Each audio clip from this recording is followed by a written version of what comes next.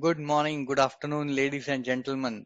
The galaxy of intellectuals, Your Excellency, invited speakers, and my dear friends, I, Vishal Pujar, Head of Accessibility and Inclusion GDC India Atos Group, take this opportunity to welcome all of you to this regional GAAD 2022 event. Accessibility isn't a topic that just affects some of us.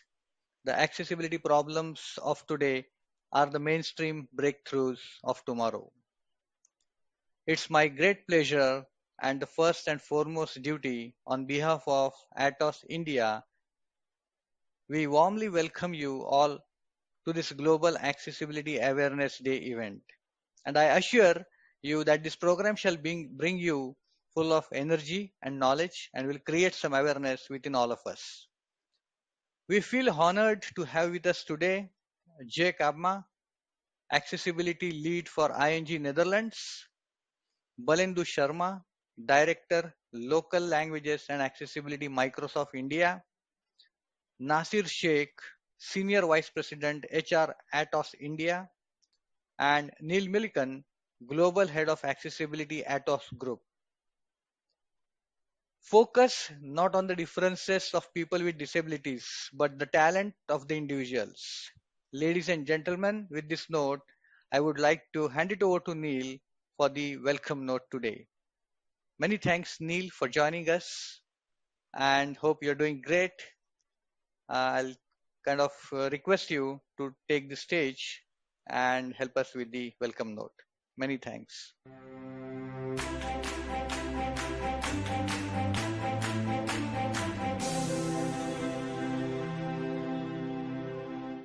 Hello everybody, I'm Neil Milliken, I'm the Global Head of Accessibility and Digital Inclusion here. I'd like to welcome you and thank you for joining our Accessibility Awareness Day here in India. I'd also very much like to thank my colleagues Vishal and Nasir for making this a reality and extend my thanks to our guests Jake and Balendu from ING and Microsoft for giving us their insights and their wisdom. Now, accessibility is a global program within our organization, and I'm privileged enough to run that program as well as our competencies and capabilities. This is actually the eighth or ninth time we've been engaged in activities for GAAD, which is amazing to think that we've been doing it for so long. And it's become more and more of an international event. So for me, I think we need to think about what this means for Atos as a group, but also what it means for Atos in India. India is a powerhouse of tech, and it's also a powerhouse within Atos. It's a huge part of our organization. It's a huge part of our future. We have numerous talent in India. And one of the things that we need to do is grow that talent in terms of accessibility. India has the potential to be a global accessibility powerhouse. There is a lot of knowledge about accessibility in India, but there are also significant gaps in the provision of accessibility across the entirety of the country. And we know this from talking with our own employees about the infrastructure, but the potential for change. Right? So I think that there is massive potential for Atos to engage in helping change and make India and the products and services that we deliver inside and from India more inclusive. So whilst accessibility is a digital issue and we're a digital company, it's also a physical issue and an attitudinal one. So there's work underway to look at how we address access to our buildings, our infrastructure, our technology, and also how we can use technology to improve access in the physical environment as much as the virtual one. At the same time, in order to scale, we need everybody to play their part, to be their best inclusive selves, and we need to engage the whole of the organization with knowledge around accessibility, because it is everybody's responsibility to be inclusive.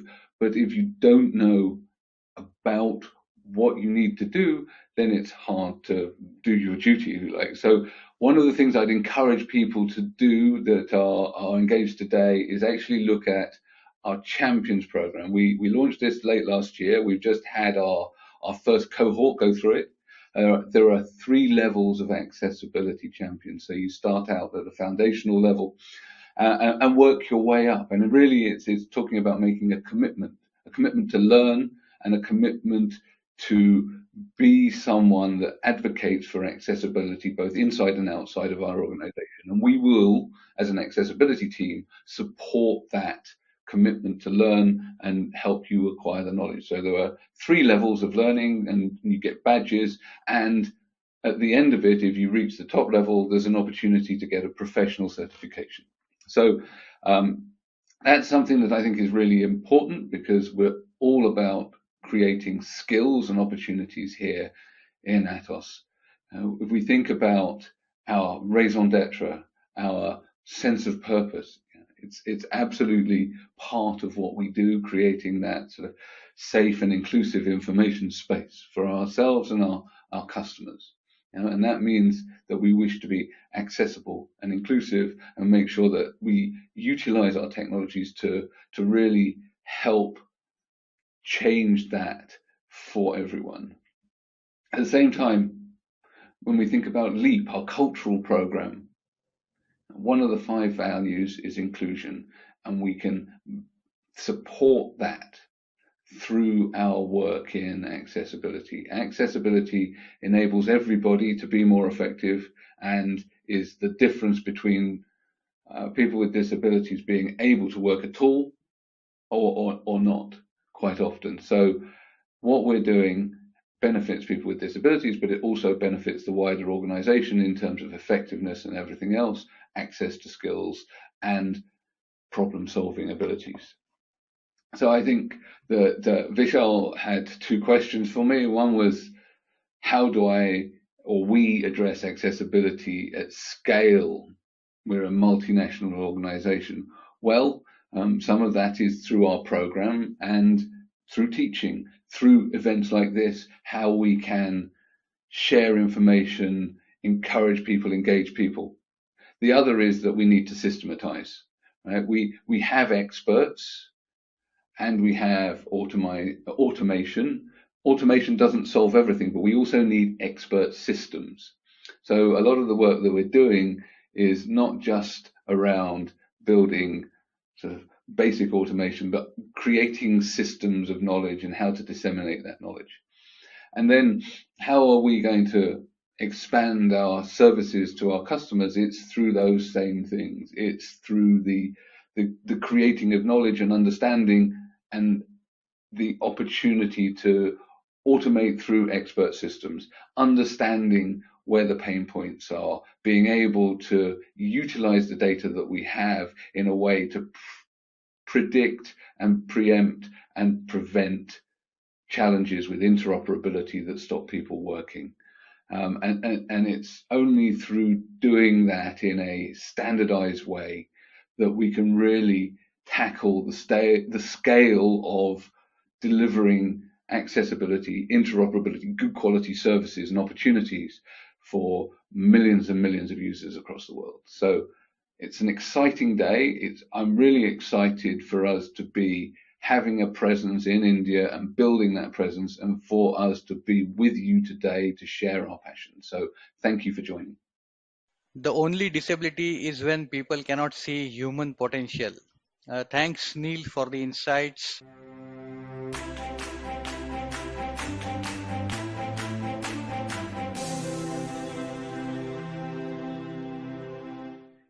We have with us Jake today, Jake Abma, Accessibility Lead for ING Netherlands. Jake has set up a raft of initiatives to make services accessible, He is passionate promoter of accessibility both inside and outside the bank. With the mission to make accessibility managed and documented by champions of network for the Dutch Payments Association, Jake chairs the WTI, providing a collaborative platform for banks to discuss operational and tactical topics related to inclusivity and accessibility. Outside the bank, Jake is very active in accessibility guidelines working group, developing guidelines to make web content accessible, and also Jake is active ambassador of UNCRPD, actively spreading knowledge of awareness of the necessity of the rights of people with disabilities. I would like to take this opportunity and request Jake to join us and share your thoughts on accessibility at scale. Welcome, Jake, to the session today. Thank you so much, Vishal. Accessibility at scale for the ING Bank. Hello, my name is Jake Abma, Accessibility Lead at ING Netherlands, and all other activities were already introduced by Vishal, so thank you for that. Let's start with the presentation. So, scaling inclusiveness and accessibility. Over the past 2 decades, the world has seen an increasingly digitized society. And now about 40% of people are not able to participate and enjoy on an equal basis, or not at all, leaving them behind. The figures haven't improved much in the last decade. And do you have any idea why? Amongst many reasons this is happening is a consistent lack of quality and awareness, knowledge, skills, communication, designs, websites, apps, and marketing. The best way to approach accessibility at scale is to work on an inclusive culture and processes supported by a decent amount of training. Together, we can bridge the gaps for inclusiveness and accessibility by scaling accessibility. So let's build that bridge together. Yeah, a program, not a project. Becoming truly inclusive and accessible as an organization requires a solid strategic approach. It is insufficient to make individual products in an organizational silo accessible. It is of critical importance to establish repeatable internal processes and methods for ensuring accessibility in the short and long term. Accessibility is a program, it is not a project. Using a maturity modeling-based approach assists ING to achieve and retain accessibility compliance, communicate accessibility efforts internally as well as externally, and how to score and mature going forward.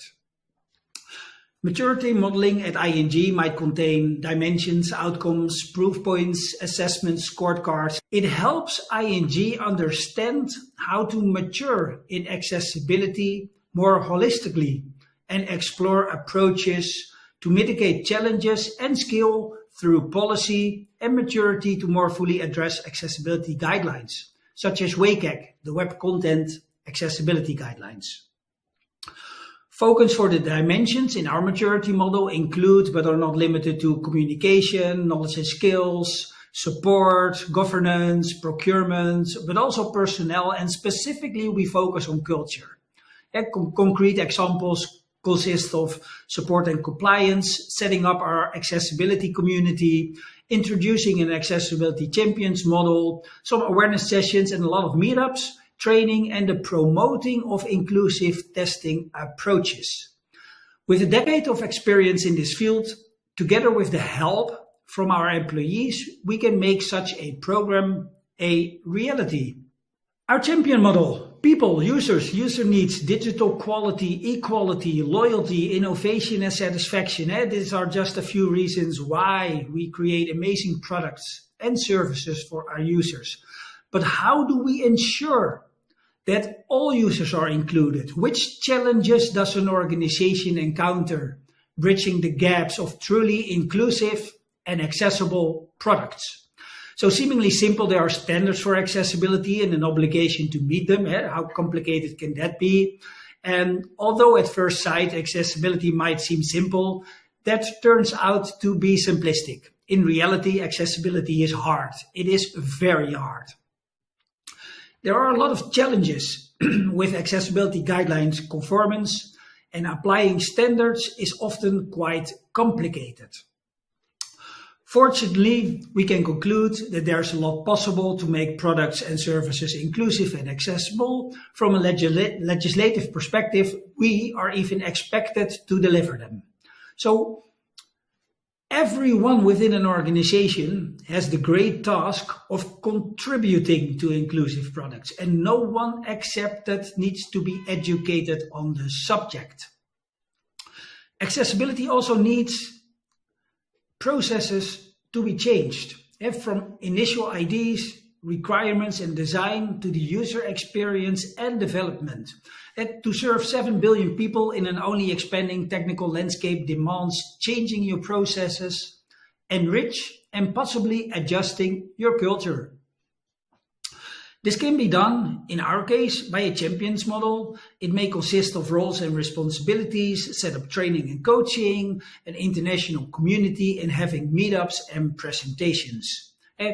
We say together we can bring it from a must to a management by focusing on accessibility champions model and find opportunities to improve. The design systems. When we talk about scaling, you should think about systems and organizational patterns. Ways to optimize design by making it easier for everyone working on products to contribute. Most organizations nowadays use a single source of truth to organize components, and they are known as design systems. Design systems are the secret sauce to scaling and developing experiences with speed and consistency, providing that it's well designed and documented. They include reusable components and well-documented requirements for, you name it, buttons, colors, typography, voice, tone, and anything that your brand stands for. A single source of truth keeps all brand and user interface components in one location, so teams can stay in sync. A design system isn't created in one shot, it's a living document that gets updated as team adds features, products, and interface components. But one thing is certain though, accessibility should be baked into every design system. So in the last couple of years, we have worked on an engineering culture. And the identity of an organization is exposed by its engineering culture. So with the manifesto, we want to inspire all colleagues to contribute to the culture while retaining one's own identity and engineer the best products in the most efficient and simple way. Our framework for the engineering culture is divided into 3 parts. A part is for yourself, 2 others, and together, and closes with conditions on how to follow. Engineer yourself. Use the platform. Consume, extend, and improve the available foundations and platforms that are available. We do that by reusing code, using templates and best practices. We contribute to shared solutions through ideas, feedback, and improvements. We always try to bring a fresh and safe perspective to deliverables from others. We experiment and innovate. We find and use opportunities first, improve second, and focus on growth later. We create new experiences, services, and products by building upon existing solutions, and we try to look for accelerators, like a design platform. We learn from success and failures. We think big, but we always start small.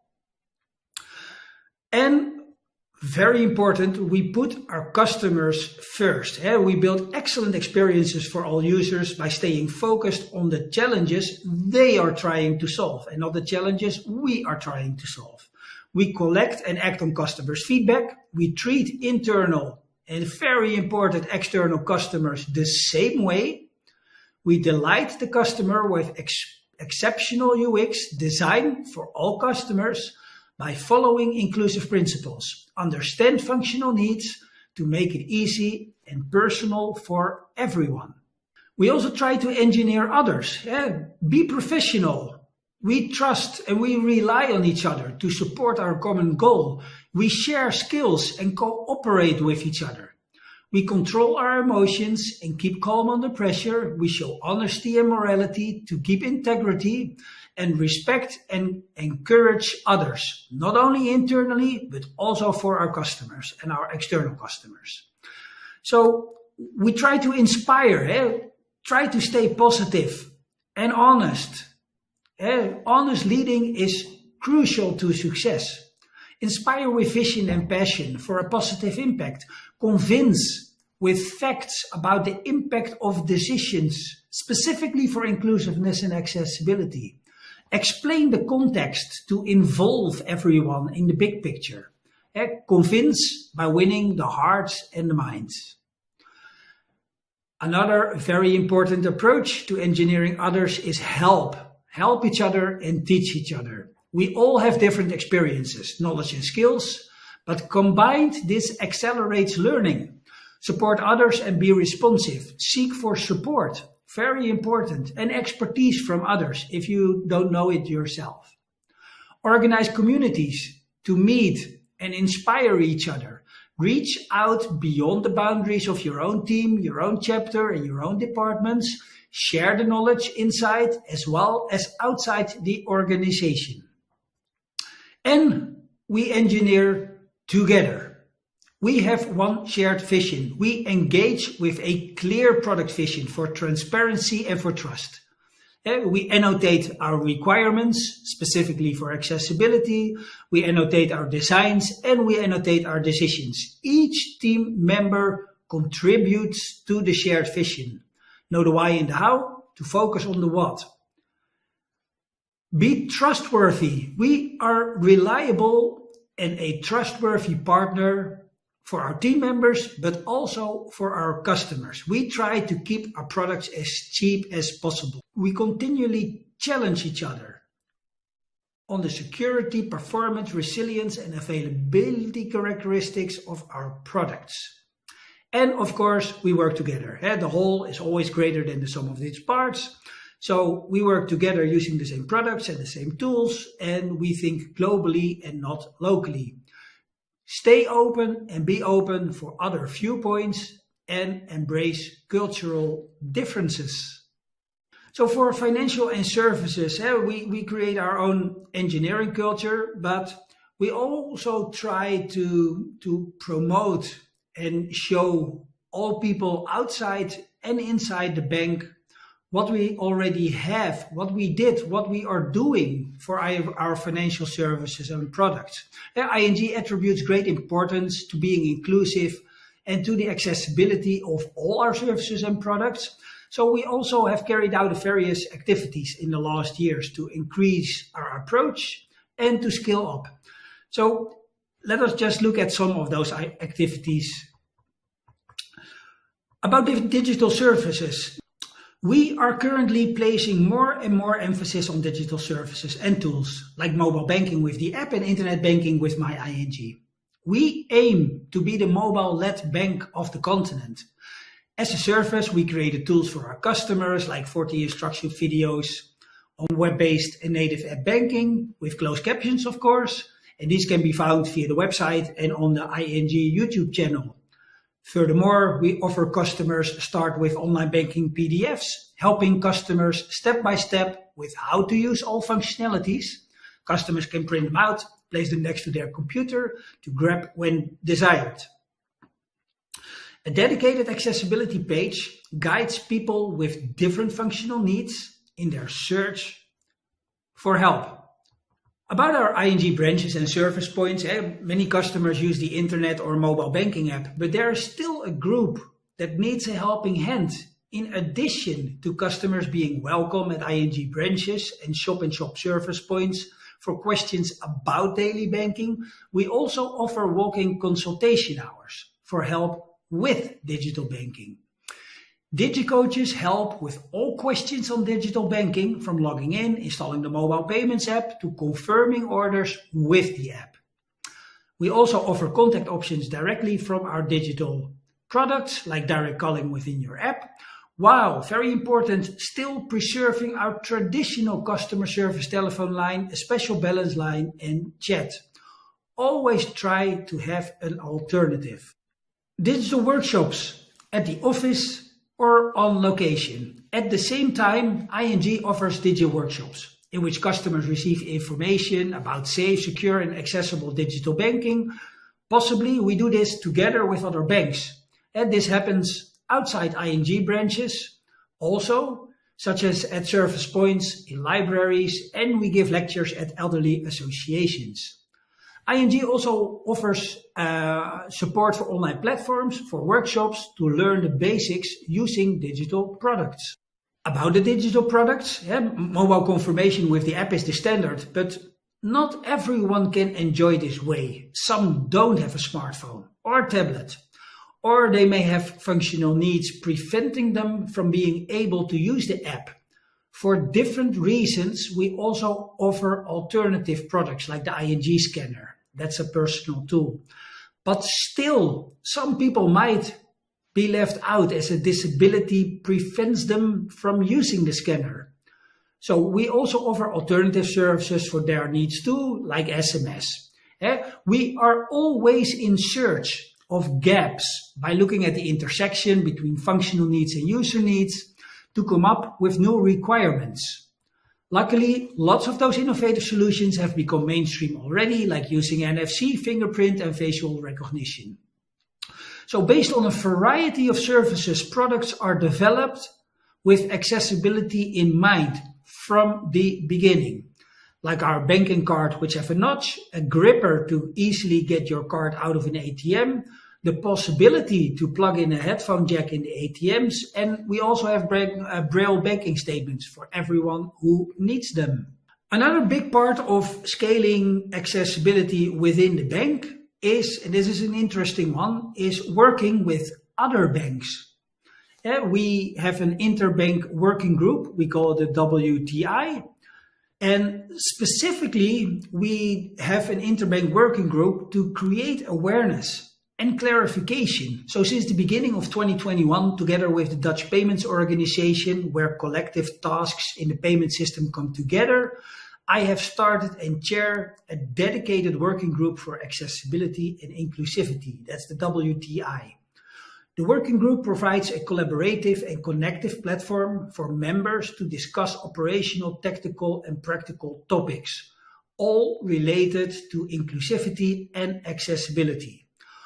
All the big banks in the Netherlands are represented with the mission to embed and, again, to cultivate inclusivity into our systems.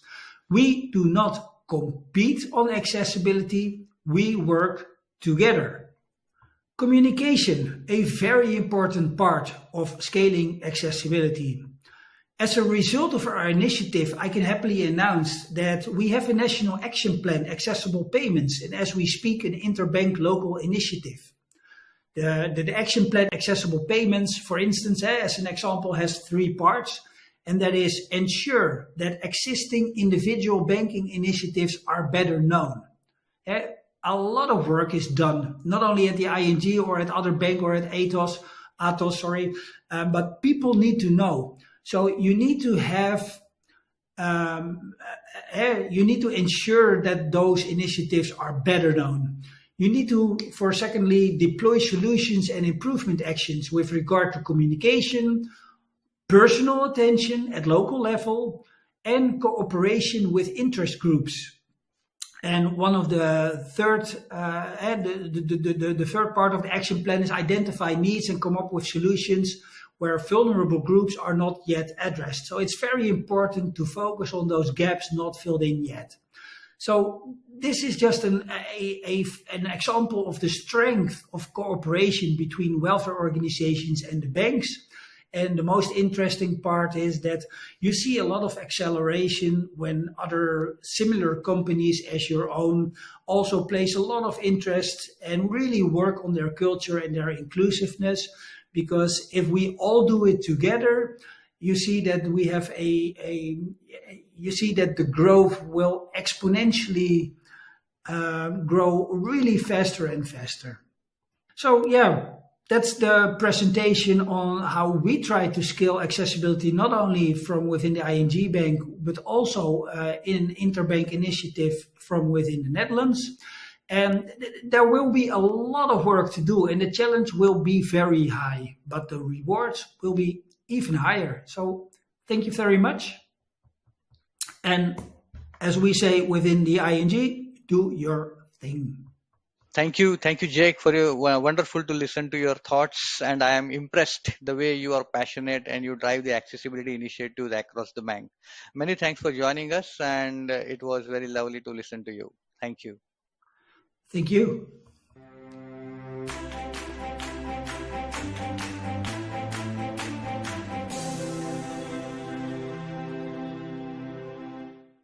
I wish for a world that views disability, mental or physical, not as a hindrance, but as a unique attribute that can be seen as a powerful asset if given the right opportunities.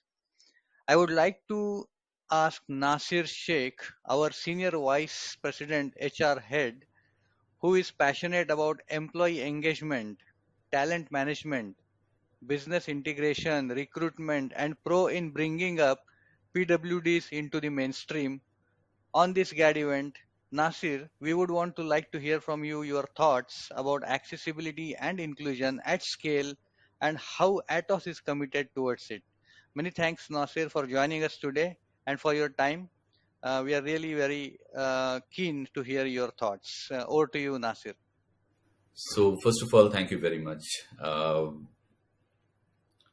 At Atos, I think as equal opportunity employer, people with disability have very much been accepted into the set of employees that we have. We have several people with different abilities who are currently employed in different roles. And to speak of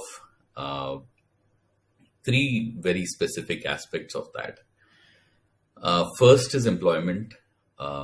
Just to give you a quick example is that we have a woman leader who has just a few months back been employed as the project manager, and she is leading a project which is of great significance not just for Atos but also for what it means to people with disabilities in the society at large, and it is being worked with a very specific customer from Europe. Second aspect of this is that although we have many people employed in different roles, I wanted to give that example to you. The second aspect that I wanted to cover is that, and this is in two, segregated in two parts. So the first part is that as an organization, we believe that we need to offer a platform in which people can come and get a little bit of an experience before they can find employment, even if they are coming to Atos on a short-term basis. So very recently, we had brought in three wonderful people who had a hearing disability who worked as interns with us. And at the end of it, they left with some fantastic experience backed by Atos, which I'm sure is going to be very beneficial for them as they embark on their careers. And the second aspect, the second part of the second aspect is the fact that we need to offer our expertise, our experience, our training, in order for people with disabilities to be to become, contributing citizens of the world. And towards this, we have accepted the request of people who have visual disability, who require a particular skill in the area of IT, that we would be helping them understand as to what are some of the finer aspects of that, provide them that particular expertise, and then move away. And these can be done in smaller modules. The reason I think this example is relevant to the industry is because everybody could do that. That you identify a school which is working with people with disabilities, and if you do not want to do any long-term commitments, the shorter-term commitments could be in such areas where you can go in and impart smaller skills and make people with disabilities skilled, and also give them the confidence that they would be able to go and become productive into the industry. The third aspect that I think I would like to cover is the part of our work in the community development. Now, although some of it happens under the CSR umbrella of the organization, but as an organization itself, I think we have been committed not just now, I think for last several years. One example of that is very recently we've been working with companies that come up with innovative products, innovative ideas, and then we realized that they have created a chair which helps people who have lost the movement of their legs to sit in the chair and arise by themselves. Now, providing movement to a person who's otherwise using only a wheelchair to move around, to be able to give them the capacity to stand up by themselves, gives them huge mobility and confidence to be able to do tasks that otherwise they thought were not possible without the help of somebody else. So in making them independent. And we did that. We identified very, very deserving beneficiaries. And we have given these chairs from this innovative company, which was a startup, to the beneficiaries, not just in the towns where Atos has offices, but in other places also in India. Second example of community development is that we ourselves have been working for last several years, at least 4 years that I know of, where we have identified an NGO that is committed to working with children who come from very humble background. They do not have the financial, economical means in order to buy and get trained with hearing aid.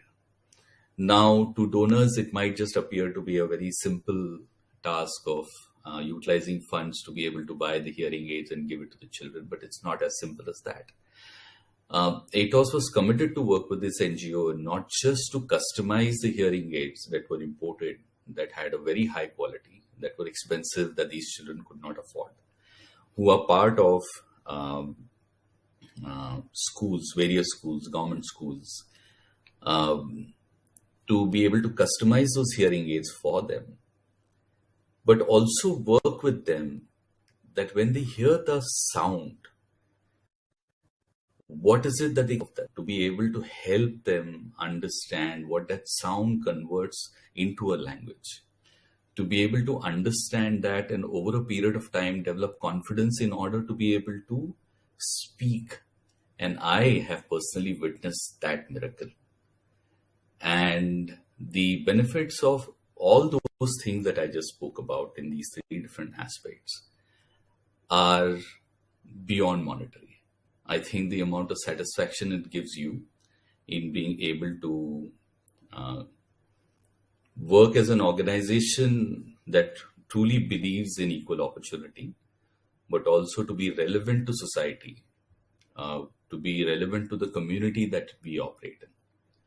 So, on this occasion of GAAD, I'm very happy that I was given this opportunity to speak. Thank you very much. So the amount of satisfaction that we normally get when we help the PWD's committee is kind of beyond the monetary, and the accommodation attribute is basically important. It's just not about the physical accommodation, which you rightly said. It's more about the accommodation from the mindset perspective is important. Many thanks, Nasir, for sharing your views, for kind of showing us the pathways that how we would able to contribute to the GAD event. Many thanks for being here, and stay with us for the panel discussion. Thank you.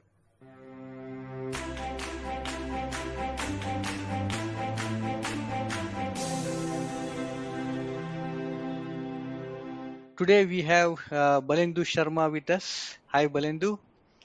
How are you? Well, thank you. I'm Okay. so happy, Yeah. delighted to be here with you and the Atos family.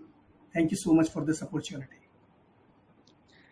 As the world moves towards digital first future, it is vital that all people, including with disabilities, can experience web-based content, services, and other digital products in the same way as people without disabilities and with the same successful outcome. Balendu Sharma leads global commercial accessibility program at Microsoft India and a core team member of Microsoft Disability Resource Group. He is president of India Awardee and has recently won Microsoft Worldwide CMO Award for his accessibility in marketing. He is passionate advocate for inclusion in diverse aspects of human lives. Also, Balendu actively contributes to development of accessible technology and runs initiatives to build societal awareness and skills on accessibility.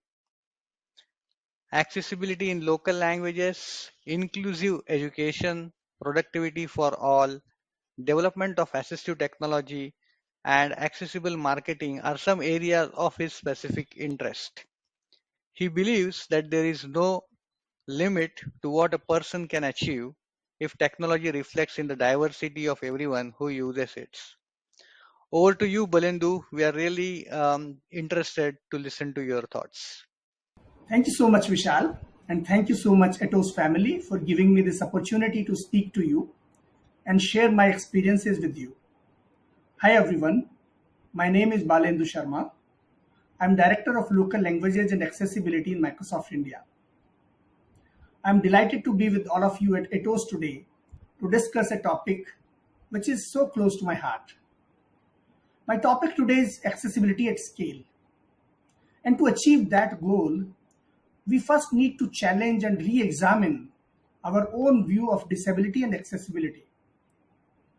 We need to broaden our view of the disability universe because the white icon of a person in a wheelchair with a blue background doesn't seem to be able to appropriately depict the spectrum of disabilities, even though it is known as the universal symbol for disability for more than 5 decades.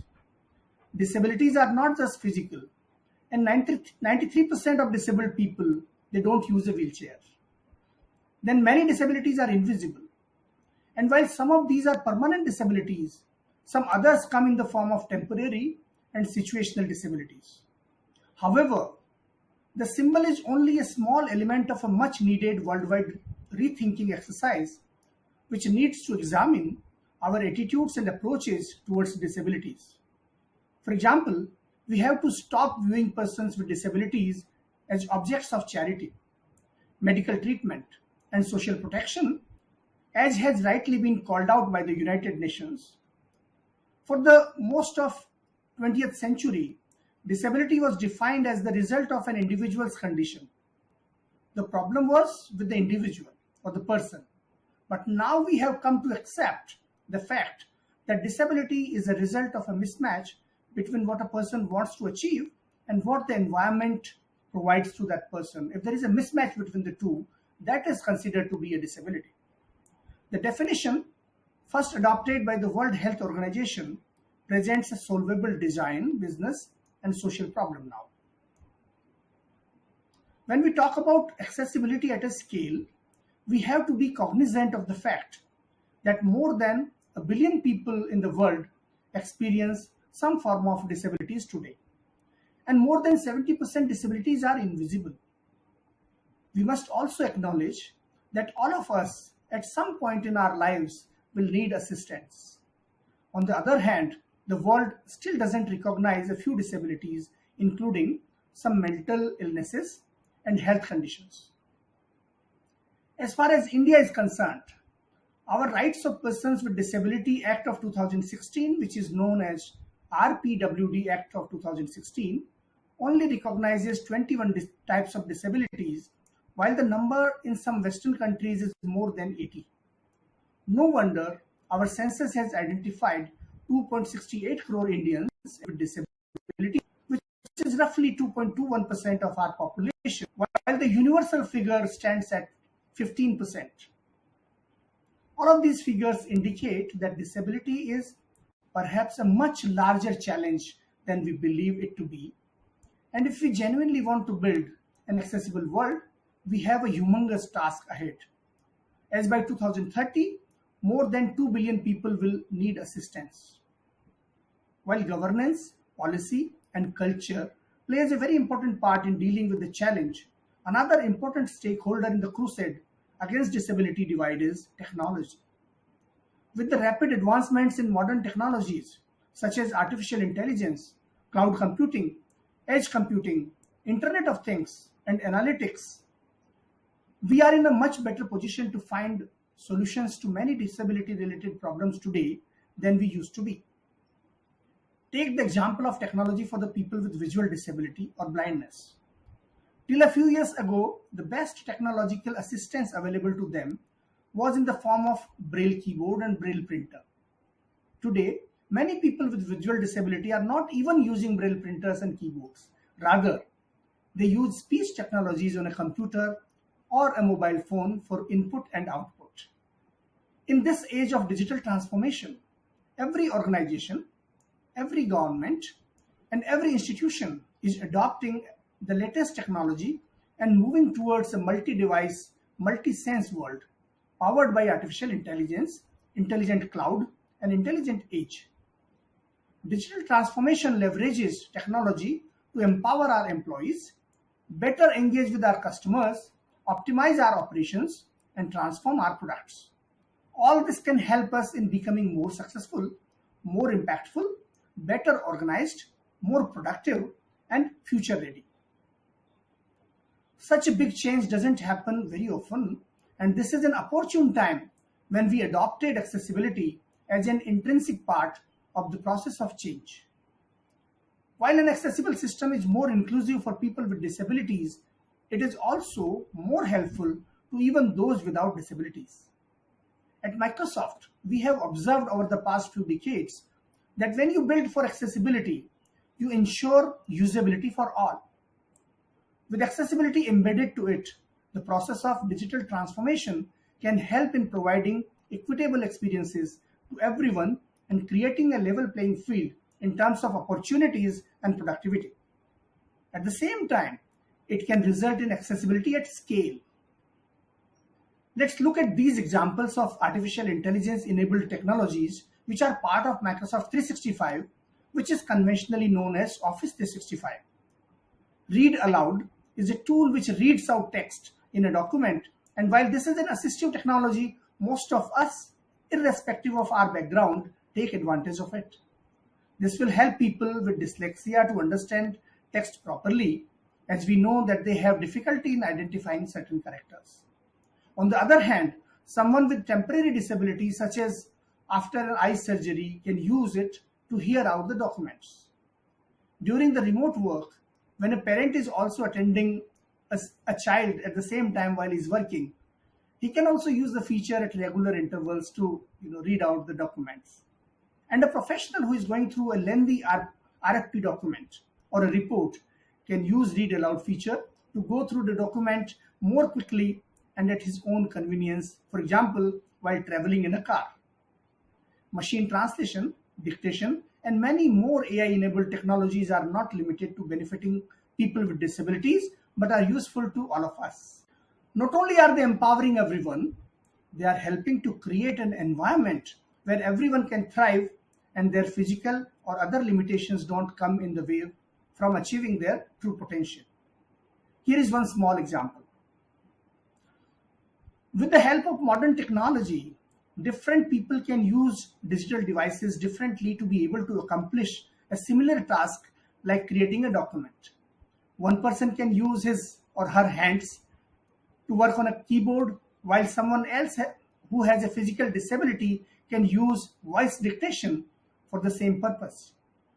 Even those who cannot use their hands as well as their voice, like those with a disorder called ALS, can use their eye gestures to work on a document.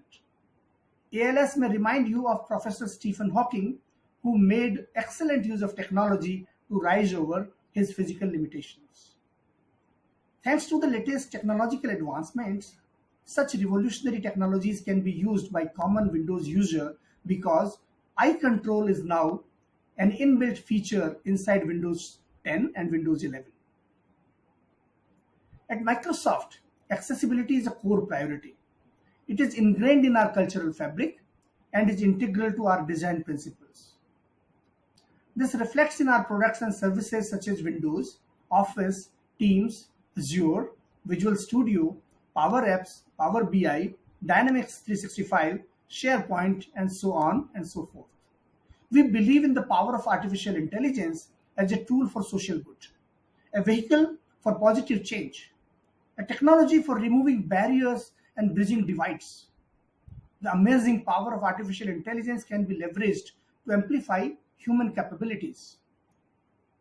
Today, we can capture an image of a document and everything written over it can be transcribed as well as read out to help a person with visual disability. Sound can be converted into text, which can be read by a person with hearing disability. And this is not limited to the English language, as we can also translate these documents or voice from one language to another, thanks to machine learning, speech synthesis, and machine translation. The crux of the matter is, or the message is, that equitable experiences for everyone have to be there. And this is what accessibility means. While accessibility may mean to have ramps for some, braille inscribed business cards for some, and even bended straws for some to be able to conveniently consume their favorite drink, we can define accessibility in a single sentence by saying that it is the element that helps create better experiences for everyone. During this call, we are using live captions and sign language translation, which is accessibility.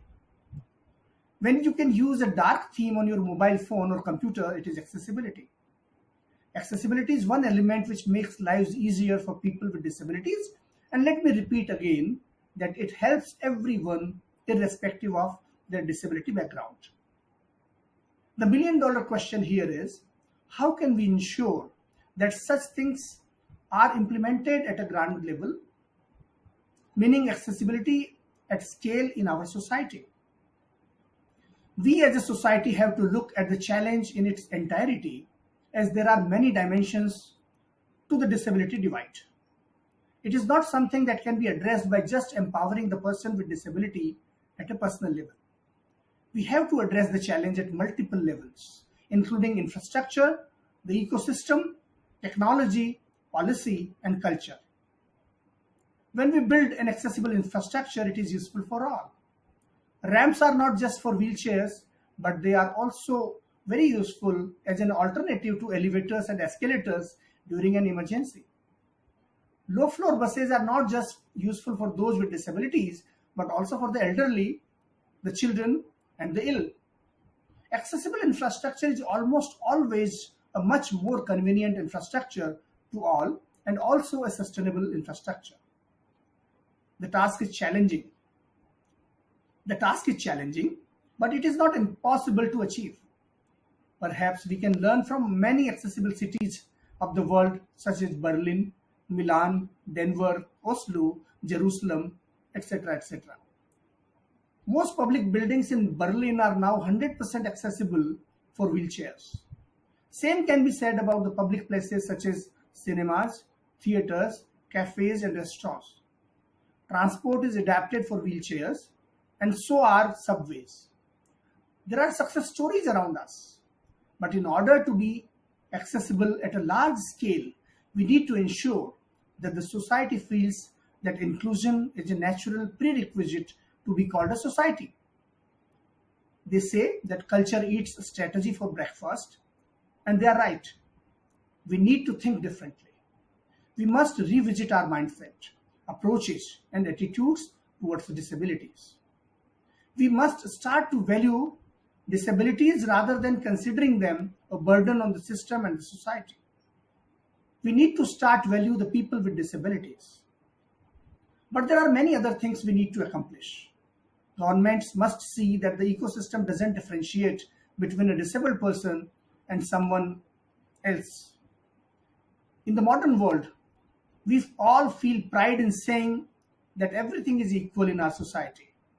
But can we say the same about the people with disabilities, especially considering their experiences in our world, with our infrastructure, with our technologies, with the people?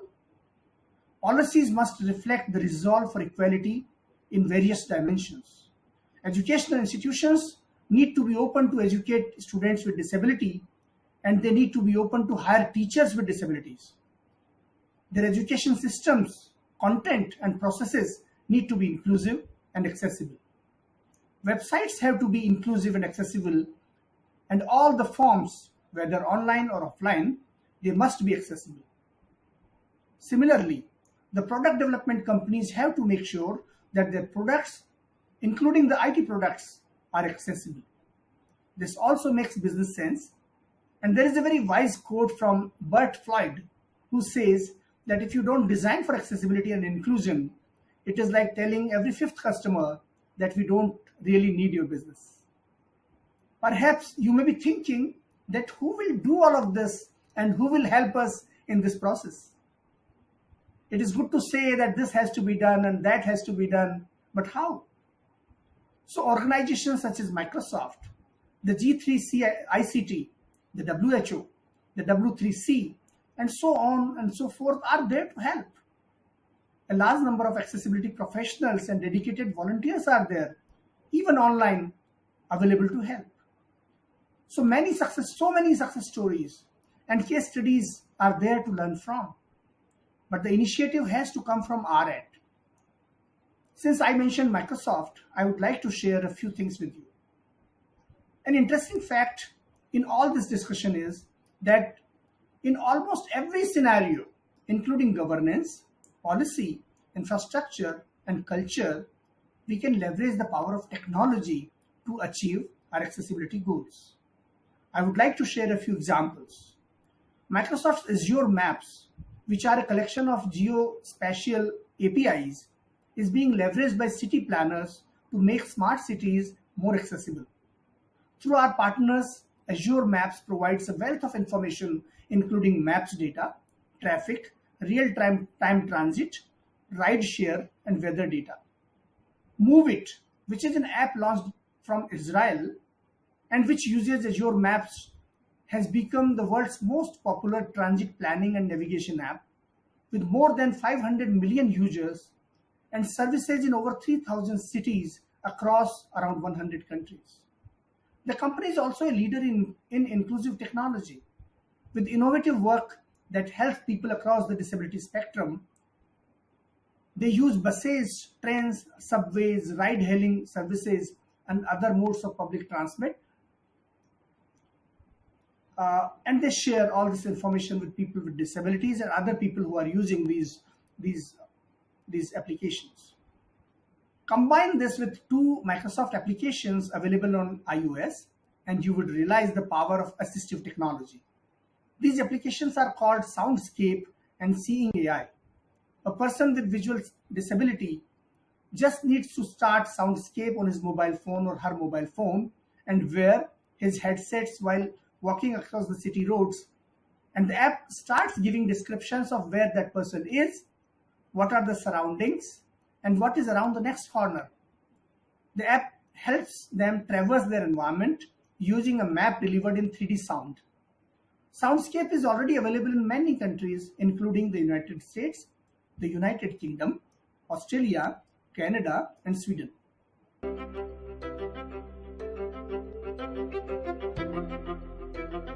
First, let's listen to the information of your location and surroundings. Soundscape will tell you where you are, what direction you are going, and what is nearby. Facing southeast along Bleecker Street. Intersection with Morton Street 50 meters ahead. When you walk with Soundscape, various places such as stores and parks will be read out from the direction in which they are located. Jones Records. Vegan Cafe. It will also read out information about intersections and roads. You can discover places that you didn't know existed, even if you pass by them often, because they are read out one after another, and in this way will make unfamiliar places feel more familiar. Approaching intersection. Franklin Street goes left. King Street continues ahead.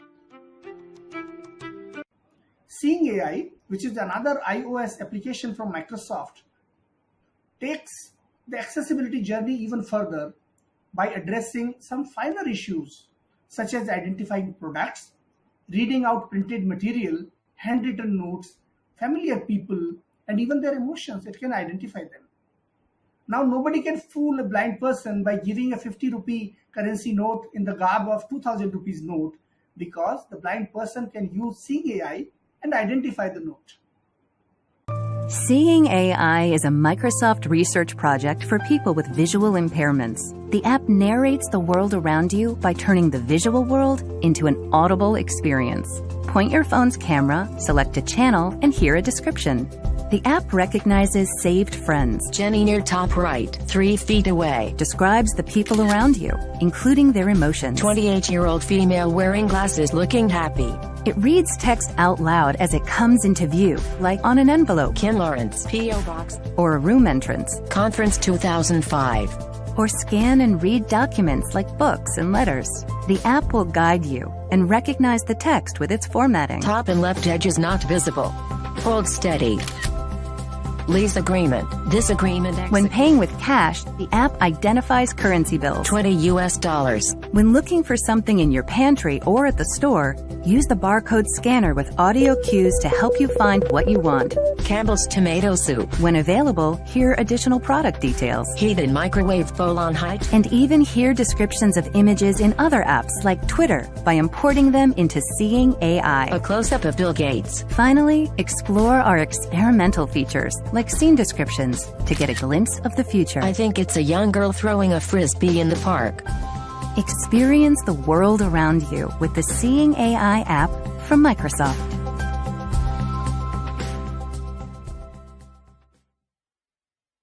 These examples show the power of technology. These days, we are building 100 smart cities in India. If we can combine the power of artificial intelligence, cloud, and Internet of Things with policies, culture, and commitment to make these cities accessible, we can set an example before the world. We at Microsoft have partnered with G3 ICT and World Enabled to help smart cities become accessible, and we are looking for Indian cities to partner with us. We have also launched the Smart Cities for All toolkit. The toolkit aims to empower city leaders with resources that will lead to communities that are more inclusive. Resources include guides for implementing ICT accessibility standards and procurement policies, ideas for how to make the case for a stronger commitment to digital inclusion, and a framework for database of accessibility solutions. The role of artificial intelligence is going to be increasingly important to ensure accessibility at scale. Microsoft runs a program called AI for Accessibility, under which grants of $25 million are available with an objective of influencing the future of technology to ensure global independence and inclusion in the society in 4 areas of focus: home, community, education, and employment. If we don't discuss the changes in our day-to-day productivity environment and don't discuss regarding the accessibility at scale, this entire discussion will not be complete, because our day-to-day environment is important to be addressed if you want to scale accessibility across the world, across the society. With the help of artificial intelligence and cloud computing, we are now in a position to say that our commonly used software such as Windows and Office 365 are now leveraging these technologies to help create equitable experiences for people with disabilities.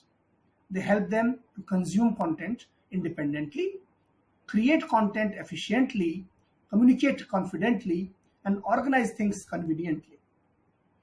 We are also trying to bring such technology to local language users because India is a multilingual country and the true impact cannot be achieved if technology didn't empower people irrespective of their financial, linguistic, or other backgrounds.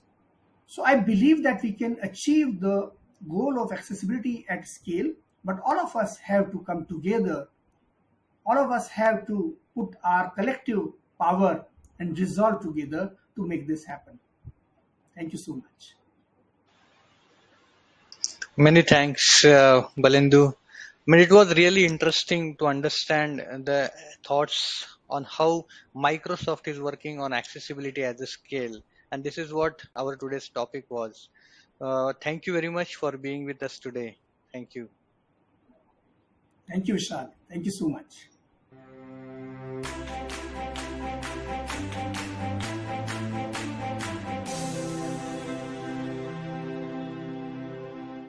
What a super knowledge sharing session today on the occasion of GAAD 2022.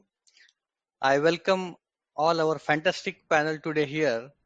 Jake Abma, Accessibility Lead, ING Bank. We have with us Balendu Sharma, Director, Local Languages and Accessibility at Microsoft. And Nasir Sheikh, Senior Vice President, Head of Human Resources, Atos, India. As kind of we were discussing a lot of inputs and knowledge coming in, I would like to go ahead and ask Jake that one of the important aspect currently, artificial intelligence and machine learning, it's an dominant discipline within AI. In and of today itself, it's not good or bad though.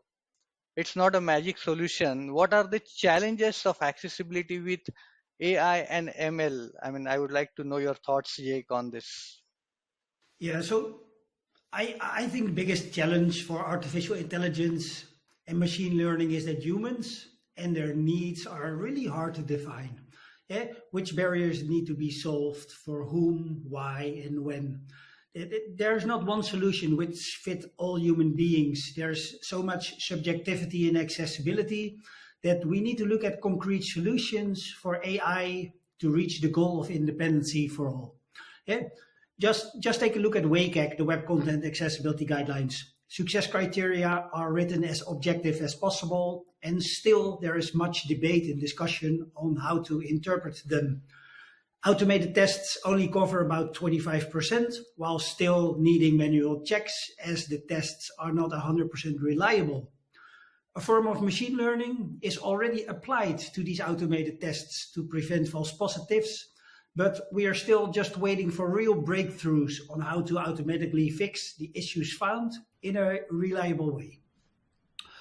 A very promising solution that we are working hard on at the W3C is the topic of personalization, where artificial intelligence can take advantage of. Having defined 56 functional needs and about 16 high-level personal needs, make it possible to look at the intersections and define requirements. So, based on personal settings, concrete solutions can be learned by machines to assist each and every one of us. I think that's the way ahead in terms of AI and ML, though there are a lot of success criterias. And as you rightly said, it's more of an how individual needs it and how the right solution fits into it. It's not a silver bullet though. Many thanks for that answer. I'll move on to Balendu. Right, Balendu. In your talk, you also spoke about cloud computing and how Microsoft is kind of taking over on the accessibility aspects in cloud computing. What I want to know from you is cloud computing improve accessibility and increase inclusivity. How can it happen? Yeah, thank you, Vishal. Actually, cloud and artificial intelligence, they work as partners. Artificial intelligence needs the power and reach of cloud to be able to create systems, deliver results, and also to reach people across the world. Artificial intelligence accelerates innovation and opens the door to the new wave of possibilities. We believe that artificial intelligence can amplify human capability and that it will improve the way people with disabilities interact and leverage technology in their lives. Now, cloud is making its own contribution in the process. As perhaps you are aware that cloud is now integrated with modern applications such as Windows, Office, and Teams from Microsoft. Even in the productivity space, we are leveraging cloud computing. Earlier, we just thought that the application that we are using is installed in the computer and that's it. It is sitting on the computer itself, using the power of the computer itself. But now the game has entirely changed because we are able to use the power of cloud in our own computer.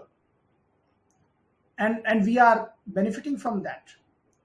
So even in the productivity space, we are leveraging cloud computing. For example, if you see Microsoft Word, Excel, PowerPoint, etc., even the common applications that we generally use, they are now empowered with technologies which are useful for people with disability. One such technology is dictation. If we don't want to use our hands to be able to input text, we can just use dictation. We can just speak to the computer and the computer will take care of the typing part. There is another feature which is again empowered by artificial intelligence and cloud, which is called read aloud. We can just use it to read, very lengthy documents. Now, imagine a person with disability who cannot read, who is, visually disabled. How important these technologies are for them, because they can still work on a computer. They can input text. At the same time, they can also hear the text. Let's come to another example, which is for people with hearing disability. When we participate in a Teams meeting, in a remote call, everybody is speaking in a person who is, hearing disabled. He will not be able to understand as to what people are saying. But with the help of cloud technology in the background, we can now activate live captions in Teams and maybe other collaboration applications as well. And now we make sure that those people with hearing disability, they are also part of the conversation. They are also part of the meeting. So this is how it is enhancing our experiences. There are many other applications also. For example, when we visit some place and imagine a person with visual disability who cannot see, who cannot, see as to what is written where, what is the billboard says, or what is a, waiter, what is the menu reads, for example, in a restaurant. They can just open their Seeing AI application in iOS, and it will read out the contents of the menu. It will read out the contents of the billboard. It will read out the road signs, etc. So this is the power of cloud and artificial intelligence that we are seeing every day in our day-to-day life, and which is empowering people with disabilities. But there are some other aspects also of this. For example, now we are not only talking about consumers or customers who are taking advantage of cloud and AI, but even developers can take advantage of this. Like Microsoft Azure, which makes sure that there are APIs such as cognitive services APIs, which can be used to develop assistive applications, which can be used to make your applications accessible. So not just limited to the customer or consumer, but even the developer community can take advantage of this. And this way, this can turn into a chain reaction. If a developer develops a product which is accessible, we can see that reaches an entirely new set of people. And that way, we are able to reach many more people. Couple of more things, for example, due to the advanced technology, advancements in cloud technologies, now, not only reach has increased for organizations like Microsoft and organizations that provide accessible technology, not only the reach has improved, but also the pricing has come down because of cloud. So generally we think that, these accessible technologies are not in the reach of people with disabilities because many of them come from a very disadvantaged section of society. But thanks to cloud, these are now part of our day-to-day applications and day-to-day systems. So it becomes easier to use, and it becomes accessible and cost-effective as well. Then there are some other things as well, but I think that will be I'll let other people speak, and after that we can continue this conversation. Yeah. I mean, technology is a way forward. You rightly said in one of the meeting while I was looking at the PowerPoint presentation, and then live transcript started. I was really very happy to see that. I mean, it is really interesting that we are kind of getting help of cloud and technologies to help our PWD communities. I mean, you rightly said in your talk that people have now forgotten to use braille keyboards and maybe the braille output devices, because there are new technologies coming in which are having a lot of inputs, and then we are not only limiting to the braille keyboards. Many thanks, Balendu, for the interesting thoughts that you are putting in, and it's really impressive. I would want to move to Nasir, and then Nasir, being an HR leader, I mean, I would really want to understand from you what are the challenges and benefits of employing persons with disabilities. So I think speaking after Balendu and everything that he said, the challenges are getting sorted out by themselves because of the advent of new technology. So there was a time that there was physical hardware required. There were things that were required that probably were not cost effective at one time, but now it is affordable, and today it is there in your computer. It is available to you as a digital tool with which we can make it easier for people. From an advantage perspective, we are an equal opportunity employer. We deeply believe in diversity, and this is not just the topic with employment of people with disability, but it is also the fact that we need to be embracing the talent that is available in all fields. Speaking of certain challenges that will have to be managed over a period of time, and that is not just an Atos challenge. I think it is something that the industry also is working on actively. The first of that, I think, is accommodation.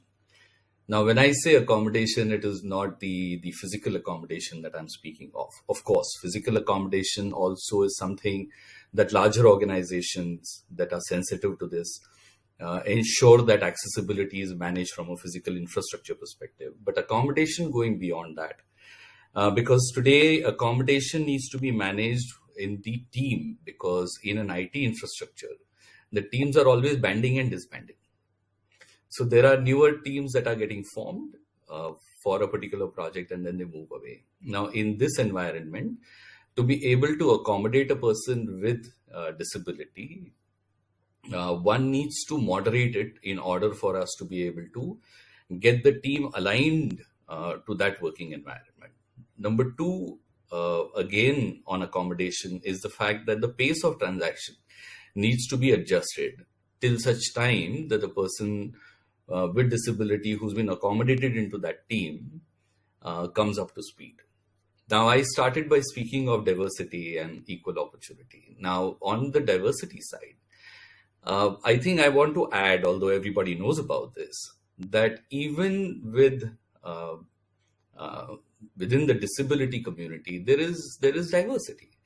Now, people with safe disability also are diverse, because each of them have overcome the disability that they have in order for them to be productive, to be able to deliver in a very different manner.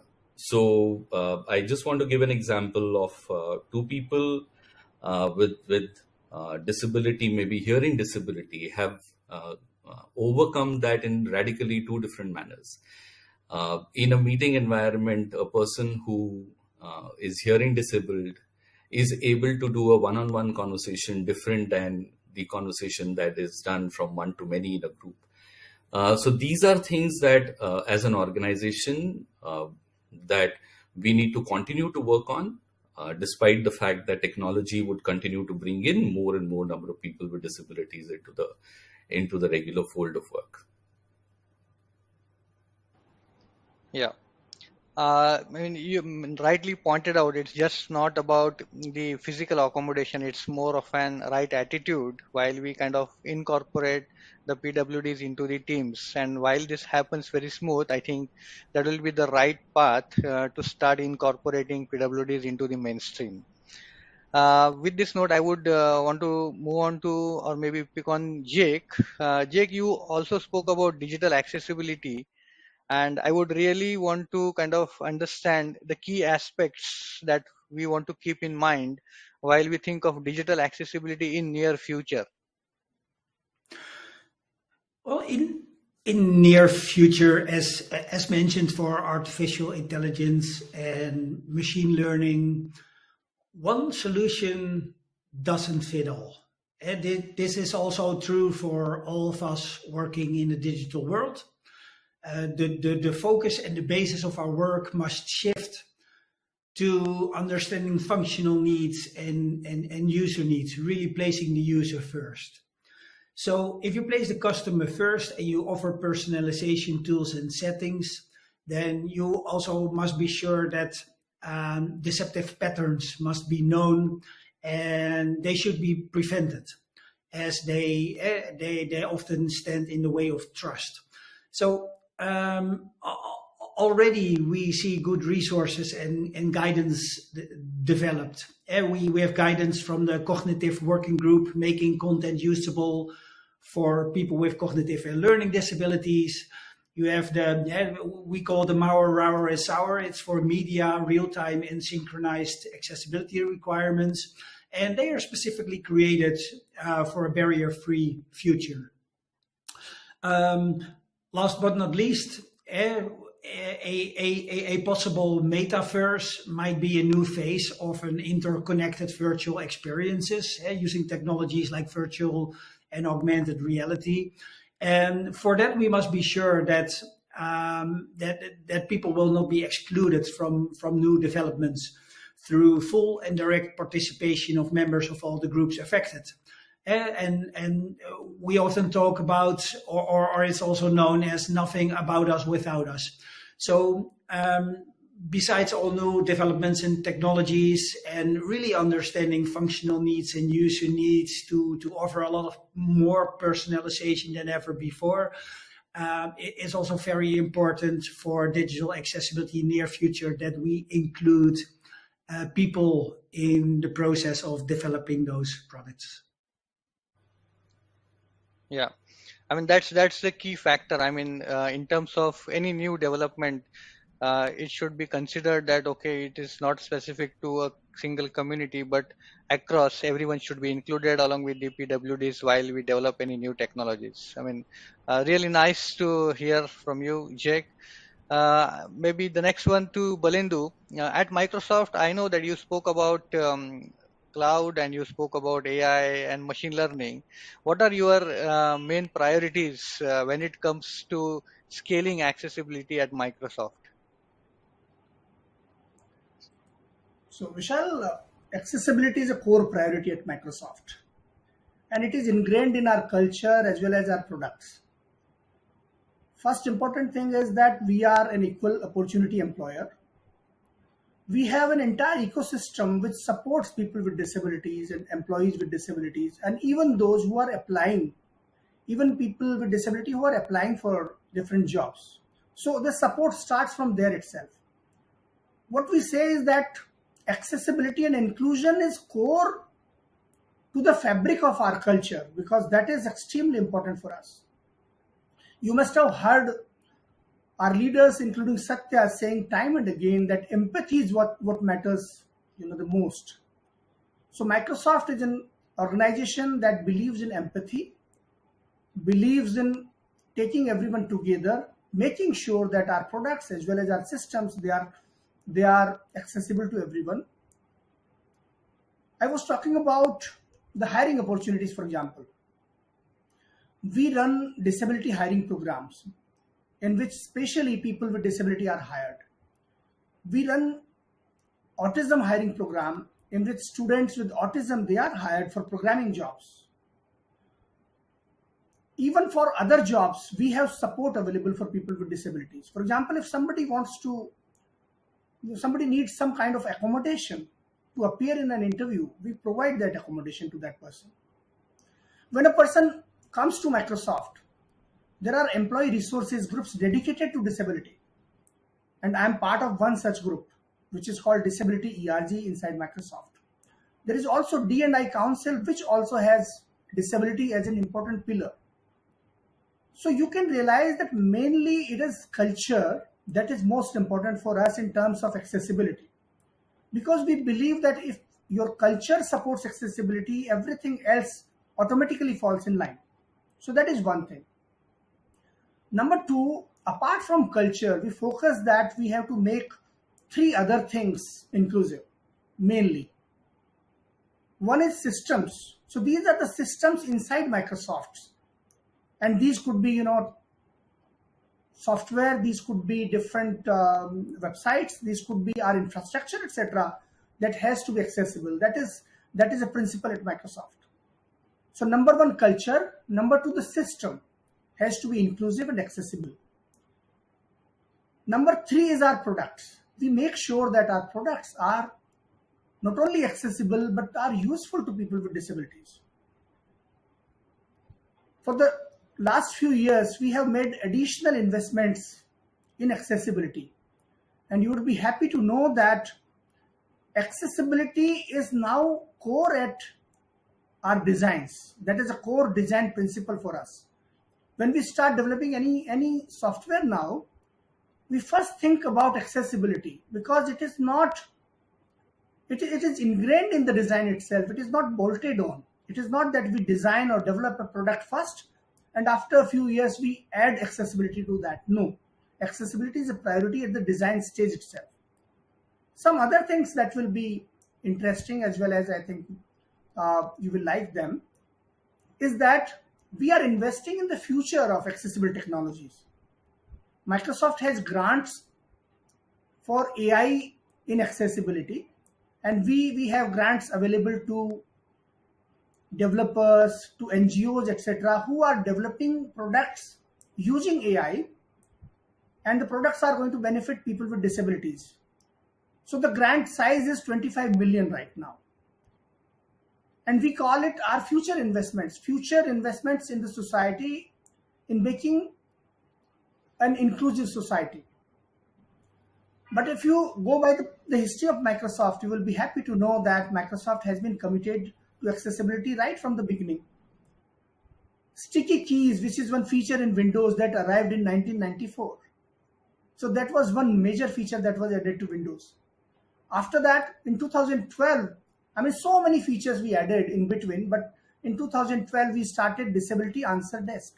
So whenever somebody wants to, ask about any accessibility related issue, or any person with disability, he needs an answer to any technical error or problem, etc. that he is facing, they can just call their Disability Answer Desk that has been set up by Microsoft, and they will find their answers. There are people who understand sign language over there. There are people who talk in sign language. So this is disabled friendly. In 2016, Microsoft appointed Jenny LeFleury as the Chief Accessibility Officer. So we have a Chief Accessibility Officer that signifies that we have an entire ecosystem at Microsoft which supports accessibility. What is most important is that we now have started giving accessibility as much importance as we give to our business. And that is very important. In 2016, we rebuilt our company-wide accessibility program with a more systematic way to measure progress and set targets. To do this, we studied best practices in maturity models, the Carnegie Mellon capability model, and the Level Access Digital Accessibility Maturity Model. And the maturity model defines how developed an organization is in addressing a business problem like accessibility. And it includes a set of structured levels that describe how well the behaviors, practices, and processes of an organization can reliably and sustainably produce desired outcomes. So that is the level of support that we have for accessibility. And as I mentioned earlier, it is core to our culture and it is a core priority for Microsoft. Yeah, I mean, it's just not about the digital accessibility, but the scalability is kind of happening in different areas. Connected to those thoughts, you also spoke about hiring. I would want to kind of go to Nasir and ask him that we were also discussing about hiring the PWDs into a mainstream. What are the next step for this mission at Atos? So, first of all, I think I want to congratulate Balendu for giving such a detailed description of how things are happening at Microsoft. Makes us proud that the IT industry has come so much further than where it was when I started my career. So, congratulations to you. Coming to your question, I think, Vishal, there are a couple of things that I would like to add before I come to the answer. The first is what is it that is needed at this point of time, now post pandemic, while the world has become digital and it has become accommodative for people to apply for job and actually become productive from the PWD community. So the first thing that that occurs to me as an organization, it's ingrained in us for our experience sharing. So there are programs that we have internally where we speak to people who are experts within the employee community, and we engage them to speak to other employees who have interest in that particular area. So let me expand on that. That today there are so many schools where people with disability are getting trained for their careers of their choice. So it is in our interest to be able to engage with such communities, such schools, in order to offer any of the experts that we have internally. That could be in the area of technology, or it could also be in the area of some soft skills that they're interested in offering it to the batch of people that they're training at this point of time. So I think we need to start there.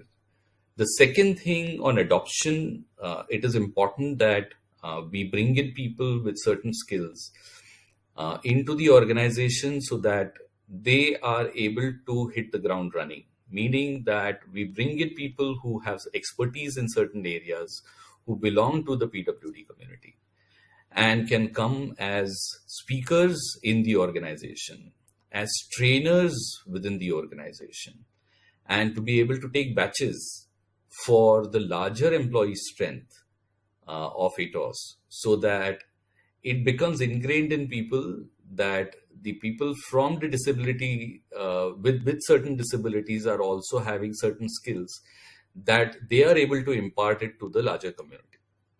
One aspect is that. The other aspect is that there are certain skills that today that are being utilized in the IT industry. So I think Atos is going to be very open to look at those roles within the organization and find opportunities for people with disabilities to be able to apply for them, and for us to be able to accommodate and select them in order to make them productive. We've already went down this path, as you know, Vishal, that I think we are engaging with some of these schools. I would in fact even go to the extent of wanting to engage with some of these NGOs that are out there, schools which are out there. We in fact are doing a lot in terms of CSR. We are working with children who have hearing disability for the last 4 years. And these are from communities that are economically backward, in order for us to be able to understand what kind of customization is required, the hardware that is required for them to be putting up the hearing aid. And when the hearing aid is given to them, what is it that they make of the sound? And I'm so proud to say that just about a few months back, I was visiting one such schools where we had Atos beneficiary children who had been given these hearing aids, and I could hear them perform to some music. Some of them imitated the poems, and that is, I think, a phenomenal experience that we would want to continue to contribute to. This is fantastic. I mean, really proud of being part of Atos while we are doing all these activities.